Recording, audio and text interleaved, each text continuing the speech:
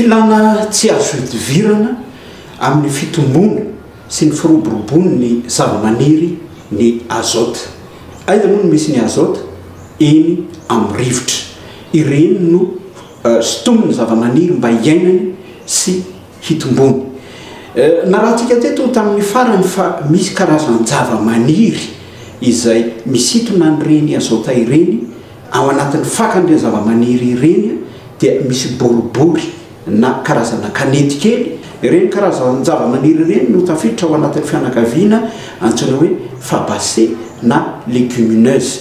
Ny karoka dia nahita fa amin'ireny ahidratsy izay heverintsika ho manimba ny tany ireny na ireny bozaka manahitra ireny dia misy ihany koa ao anatin'ny fianakaviana antsoina hoe esquinomine izay nalaina tamina toerana anankiray ary dia nitady ny toerana izay anireny maromaro tany sambaina manjakan'irina isika dia nahita ary rehefa azo avy any dia nentina tao anatin'ny laboratoire hamantarana izay ao anatiny antsoina hoe nodule na ilay karazana kanety kely any amin'ny fakany izay mitahiry ny bakteria afaka misitona ny azota manome tsiro ny tany. Misy fiatraikany eo amin'ny famokarana.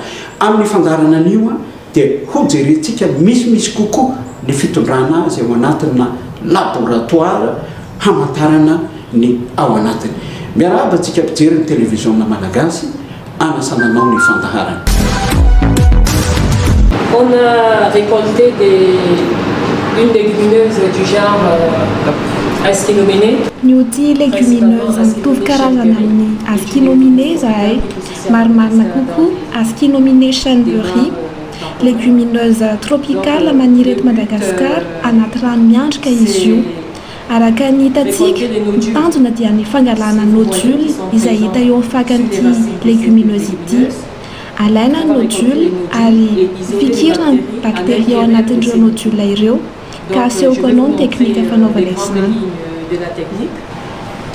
Alors on va aller sous la haut, ici c'est la salle de microbiologie. Indro ny efitrano microbiologie ho an'ny fanokana monina ny bakteria anaovana io karazana fikirakirana io izay tsy maintsy ampiasaina ny hôte araka ny hitantsika dia misy hazavana eo ambaniny. Amin'ity dingana voalohany ity, inona marina no ataontsika? Amin'ity dingana voalohany ity dia nioty ity zavamaniry ity isika ary ezaka ny anasaraka ireo bakteria izay misy ao anatin'ny nodule izay hitantsika amin'ny fakany dia ireo taova kely rehetra manana endrika boribory ao anatin'ireo nodule ireo ka ny bakteria no mahaliana antsika amin'izany. Ny bakteria no mamikitra ny azota izay mahasoa ny zavamaniry. Raha tsy misy ireo nodule ireo dia tsy afaka mitombo tsara ny zavamaniry. Firy eo ny isan'ny nodule hita amin'ny fakany iray? Amin'ny fakany iray dia mety misy nodule maromaro, eny fa na anarivony aza.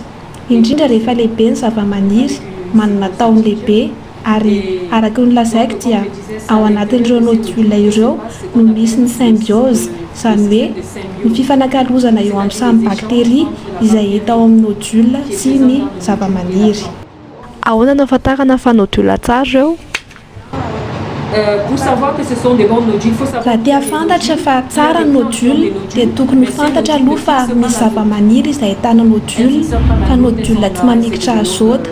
Mitombo eo amin'ny fakan'ny zavamaniry izy fa tsy mahasoa ny zavamaniry. Amin'ny lafiny iray, rehefa mahasoa ny zavamaniry ny bakteria ao anatin'ny nodule dia hitantsika izy ireo. Hitantsika izany rehefa natoka monina nodule aho raha amin'ny fijery tsotra dia hitantsika fa ny lokon'ny nodule dia mena ary io loko io dia tena mamaritra ny fifikirana azota tena tsara. Midika izany fa bakteria tsara izy ireo mahaliana amin'ny fitomboan'ny zavamaniry ho an'ny symbiose. Noho izany dia ezaka aho amin'ny alalan'ny tanana amin'ny fampiasana cutter anapaka ny ao anatin'ny nodule. Hitanao ny lokon'ny nodule, mena tsara ilay lokony. Midika izany fa misy bakteria mamikitra azota ao anatin'ireo nodule ireo. Misy symbiose mahomby araka izany. Ny ataoko dia ny manoka monina ireo bakteria ireo anaty boaty satria ny fangalana ny bakteria dia misy teknika manokana amin'ny microbiologie izay tsy maintsy atao satria manodidina ny fakany dia misy bakteria maro hafa izay tsy mahaliana antsika. Noho izany dia anao fanadiovana manokana amin'ny rano, alcool ary hypochlorite de calcium isika izay anadio nodule ary avy eo dia hitokamonina ny bakteria dia ny bradyrhizobium photosynthétique izany izay mamekitra l'azote. Donc il fixe l'azote.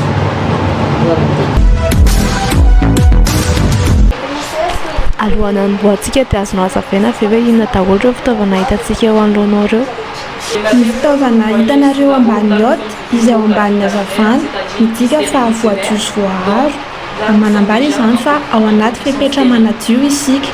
Hitanao eto ny rano voaharo sy voadio nampandalovina autoclave. Ito ny solution d'hypochlorite de calcium ary ity dia fantina voaharo sy voadio izay asako ary ity no milieu de culture fantatra amin'ny fitomboan'ny bakteria antsoina hoe YMA. Noho izany dia amin'ity milieu de culture ity no anaparitahana ny bakteria ho an'ny fitomboany. Fitomboany avy eo dia atao ao amin'ny chambre de culture na ao anaty lafaoro amin'ny maripana 7-30 degré. Ary satria mahaliana antsika indrindra ny bradyrhizobium izay bakteria anomboka hitombo rehefa afaka 4-5 andro eo, satria tokony ho fantatrao fa ao amin'ny tontolo iainana dia misy karazana bakteria maro hafa, anisan'izany rhizobium izay mitombo aingana ary misy bakteria miamitombo koa. Asehoko anao aingana ny dingana rano, manokamonina santionana amin'ny fakany ao dia anao fiarovana sy fanadiovana amin'ny nodule vitsivitsy. Nataoko anaty rano izy ireo, izany dia dingana fiarovana sy fanadiovana. Miezaka manadio vetivety aho, ampandalovika amin'ny alcool izany rehetra izany ho an'ny fanadiovana mandritry ny 3 minitra eo. Tena ara-teknika izany. Rehefa avy nampandalovina alcool dia nasiako hypochlorite de calcium mbola ao anatin'ny dingan'ny fanadiovana nodule. Tena ilaina izany alohan'ny anokanana ny bakteria, raha tsy izany dia anokana bakteria maromaro hafa izay tsy ahaliana isika. Noho izany dia alefako amin'ny hypochlorite de calcium amin'ny taharo izay efa nomanina mialoha. Ary eo amin'ny firy eo izany ny taharo nomanina mialohan'izao zavatra ataonao izao? 300 grama ho an'ny rano 100 mililitatra. Ary ny faharetan'ny fitehirizana azy? Ny faharetan'ny fitahirizana indray dia araka ny efa hitantsika dia napetrako tao anaty aizina aloha ilay izy. Raha tsy izany dia miaratsy izy ary izy io dia azo tahirizina mandritry ny 2-3 volana tsy misy olana amin'ny maripana manodidina 7-30 degré. Hiditra midingana fanasana amin'ny hypochlorite de calcium aho mba tsy hipetaka amin'ny boîte de pétri. Hosasako indimy ny hypochlorite, hitanao fa dioviko avokoa ny fitaovana rehetra izay kasikasy. Mitsanona eo mandritry ny adiny firy eo izy io? 3 minitra dia ampy. Tsy tokony mihoatra noho izany satria lasa miditra ao amin'ny tissu ary mamono ny bakteria ao anatin'ny nodule. Kobaninao impiry izany ilay zavatra? Mila kobanina 5 na 9. Mila esorina tsara ny hypochlorite de calcium manomboka amin'ny fotoana io izay niarovako sy nanadiovako ny nodule io.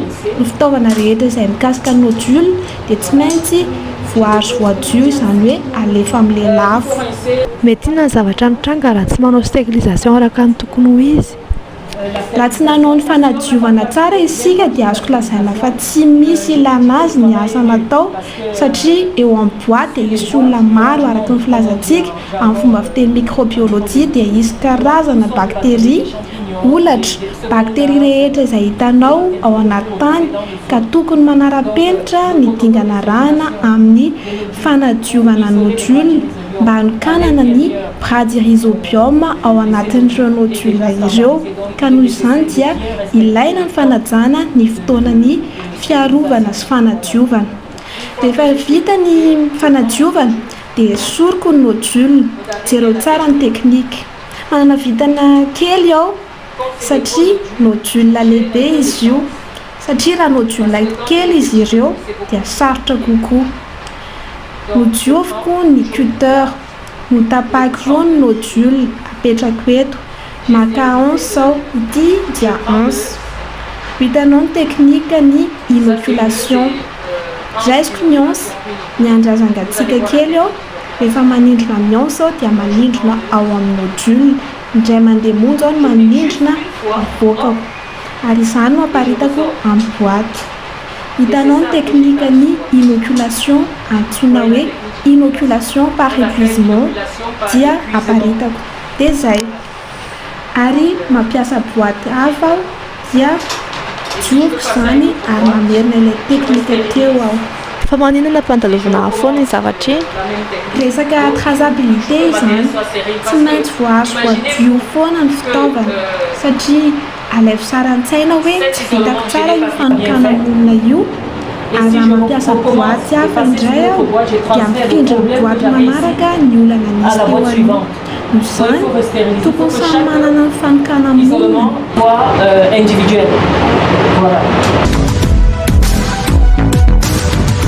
Nandray vahiny tokoa ny fandarana na tamin'ny hery na tamin'ny ty androany ity Jean-François Arrigui, chargé de recherche, ary docteur Clémence Centreuil, izay ingénieur de recherche, izay avy any amin'ny Institut de recherche pour le développement any Montpellier France.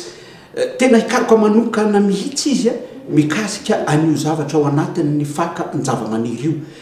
Somary teknika be ny fandarantsika androany fa raha tsorina dia ny hoe ao anatin'ny faka ny zava-maniry, ao anatin'ny fianakaviana antsoina hoe fabasea dia misy karazana boribory ohatran'ny kanety kely. Mety hitatsika zany eo antsika tatsady mety mahafantatra an'izany tsy hoe lagaly reny na aretin'ny zava-maniry fa miotrika na miangona ao anatin'ireny ny bakteria antsoina hoe rhizobium.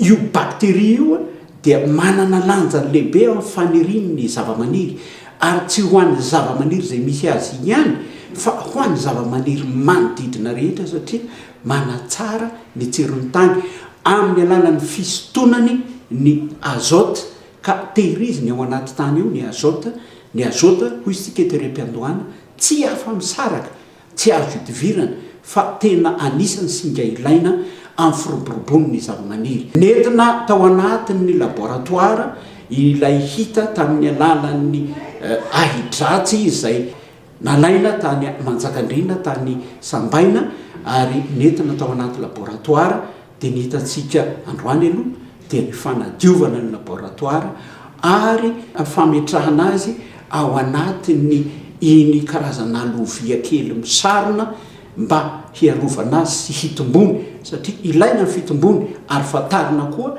izay tena bakteria ao anatiny mba hahafahana mampitombo azy sy mampitombo ny fivelarany hoentina mampiroborobo ny fambolena eto amintsika.